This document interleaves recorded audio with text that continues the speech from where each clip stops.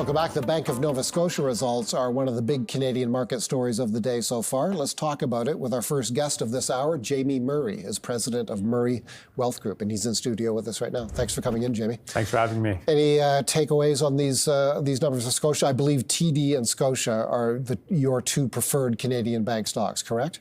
Yeah, exactly. So TD and Scotia both have relatively recent CEO changes from going from what we think are underperforming management teams to stronger management teams with a new strategic reset. And so we saw TD report strong results last week. Scotia followed up today with a little bit more mix, some puts and takes in their numbers, maybe a little more puts rather than takes. And that's why you can see the stock trading down a little bit. And I mean, as you alluded to in the top, in the headlines, it was the provisions number that was a little bit higher than the street was looking for, and that's been the main concern. And that's been, well, two banks have reported thus far. The theme that's emerged thus far is that banks are being pretty cautious on their provisions for credit losses. The big $1.4 billion number that Scotia took in provisions was on performing loans. It was not on loans that are behind by 90 days. Yeah, so that is the combined number, so it does include some of the underperforming loans, but the miss was on the performing loan side. So the number was higher because the performing loans were higher. And just to remind the viewers, the performing loans, that's more of an economic outlook that drives that number. If you have 100 loan holders all making their payments and making, on schedule, and then the bank economist says, I think the forecast for the next 12 months is a little bit worse than some of these 100. Even though they're good today, maybe only 98 or 99% of them are going to be making their payments in a year from now, given a weaker economy that we expect. That's what really drives that number. So it's much more of a forward-looking estimate versus the impaired loans, which is underperforming loans where we're seeing it in the data today.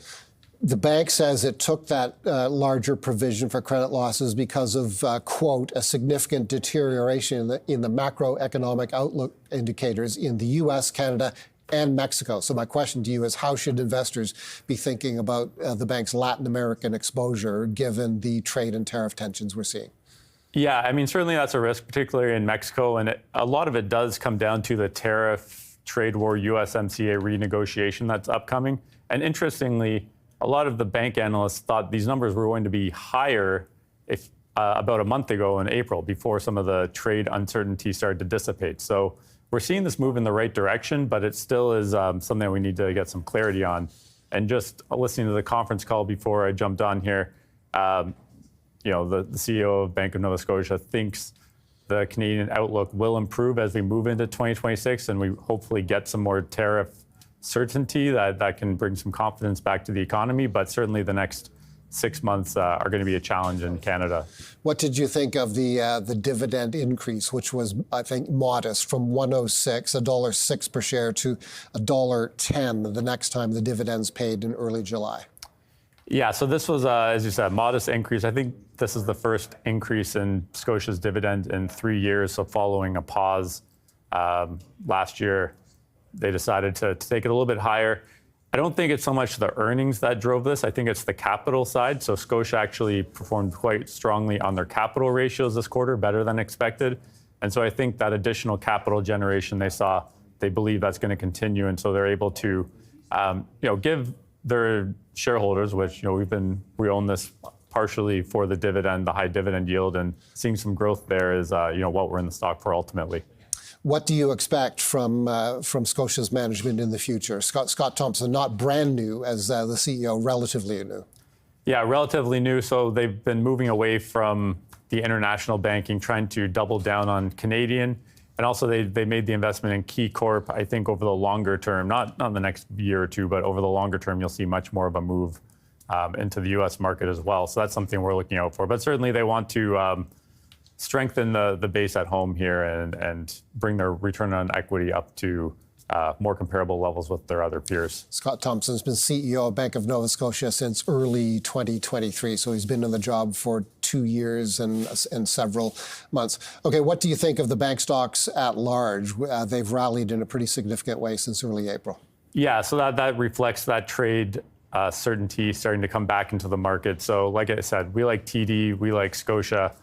Mostly on the multiple appreciation potential that we see as we move through this choppy phase in the markets. And ultimately, I think the Canadian economy is going to do well into 2026. It's going to depend on the Bank of Canada bringing interest rates down further because a lot of the strain is on these financial assets, the housing market, some of the investment side. We're not seeing high levels of investment in Canada. So if the change at the political side we saw in April can help, the Bank of Canada can further push that along with some lower rates, which I think is very needed in Canada. Would you buy Bank of Nova Scotia shares at these levels?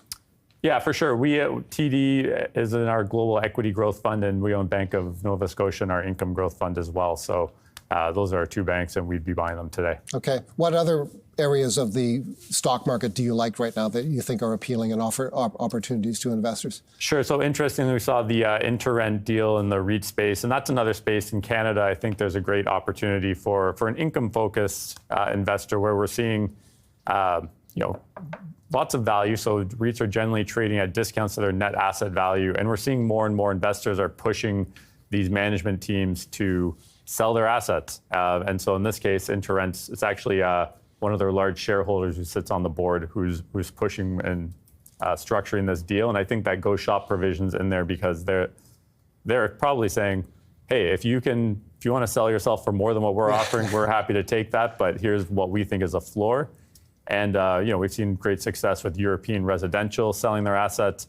Another stock that we like in the space is Northwest Healthcare, who's also deleveraging, trades at a big discount to NAV and has very strong dividend yield.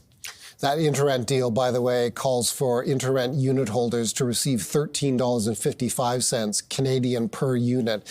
That's a 29% premium to the 90-day volume-weighted average price. One of our earlier guests this morning, Colin Stewart, mentioned that there had been rumors and speculations about InterRent and a potential takeover. That caused the unit price of InterRent to rise from about $10 to the current price of about $13.45 or so.